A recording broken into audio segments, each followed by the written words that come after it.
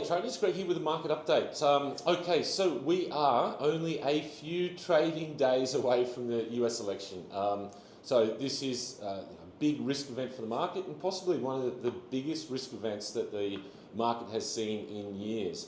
Anytime you see big risk events, it comes with uncertainty. And the thing that markets hate the most is uncertainty. So look, it is no surprise that with only a couple of days left, we're finally seeing a nervous market and we're finally seeing some risk-off trading, seeing some volatility, and we're seeing equity markets actually close in the red. So S&P, NASDAQ closed overnight down 2%, almost 3% for the NASDAQ, on the back of the uncertainty that's coming with this US election.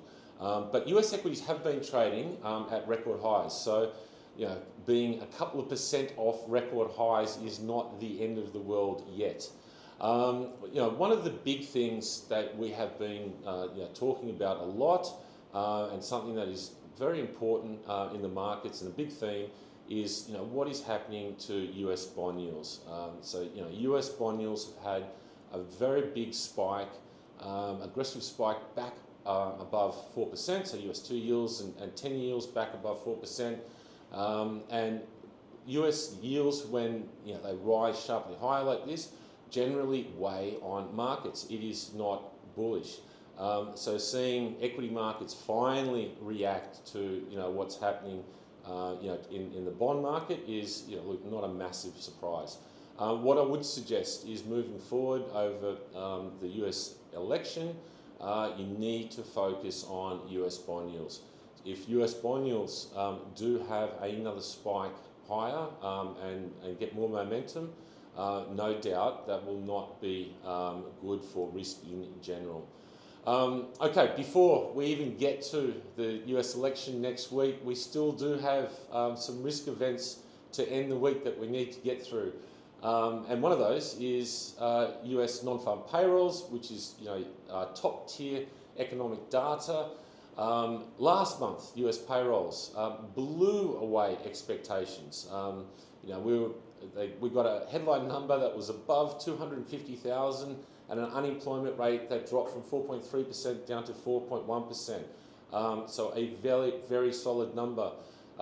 This month, market again is expecting 140,000 for the headline, unemployment rate to stay around 4.1%.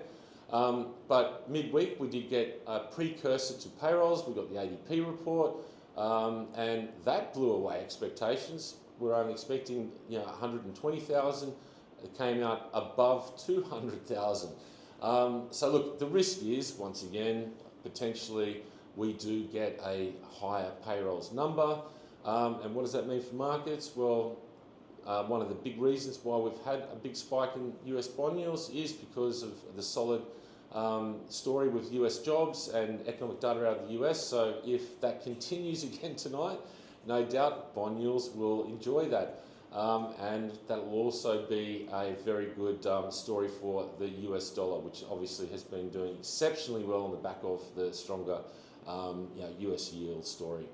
Okay, into the weekend, we also have geopolitical risks.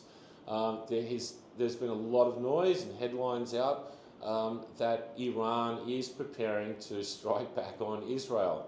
No doubt if that happens on weekend, we have gap risk for Monday.